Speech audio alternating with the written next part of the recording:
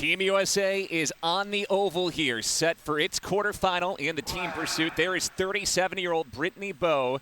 She won a bronze medal in this event back in Pyeongchang.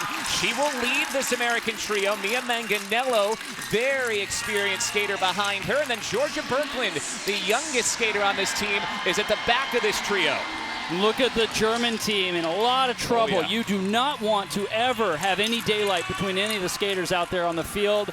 German team, their front skater got way up front, and now the whole team scrambles to catch up. U.S. team, there you see them already tight, in sync, in unison, trying to put something together special. Need a top 4 finish to guarantee a spot in the semifinals. If the Americans are in the top 2 at the end of this pair, they will already have clinched that semifinal spot before the final pair. They've started a bit back, so too is Germany.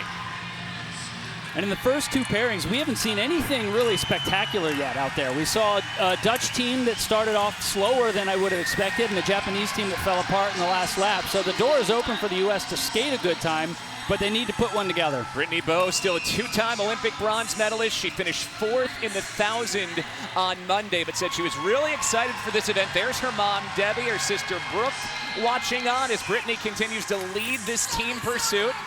And Brittany's girlfriend, Hillary Knight, is in the crowd as well, as Team USA Women's Hockey has already advanced to a semifinal. And that's what Brittany Bowe and the U.S. team pursuit team are looking to do here. They have some work to do over these final few laps.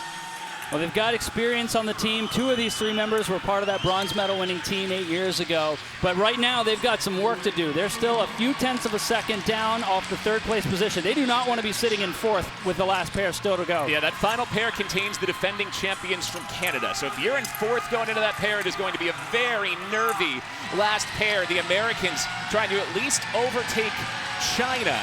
Now, China had a really rough last couple of laps, ended up 5 seconds behind the top 2 teams. So there's room here for the Americans, and they have overtaken China now up into 3rd.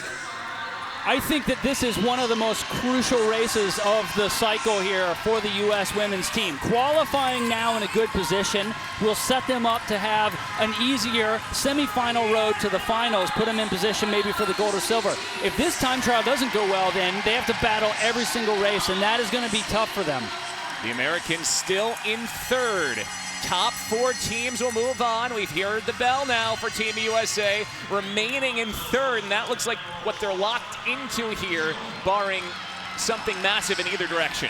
Yeah, it's hard to see much changing in this last lap, but I will say they are skating so well together. They don't look as snappy as I've seen them in the past, but they are still in sync, still working together. Final bend for Team USA, a 3rd place spot. Puts them on the bubble, but gives them a good chance to move through with only 1 pair to go. They kick out wide here for the final finish, and the Americans come across in 2:58.31 into 3rd, Germany into 4th with 1 pair to go.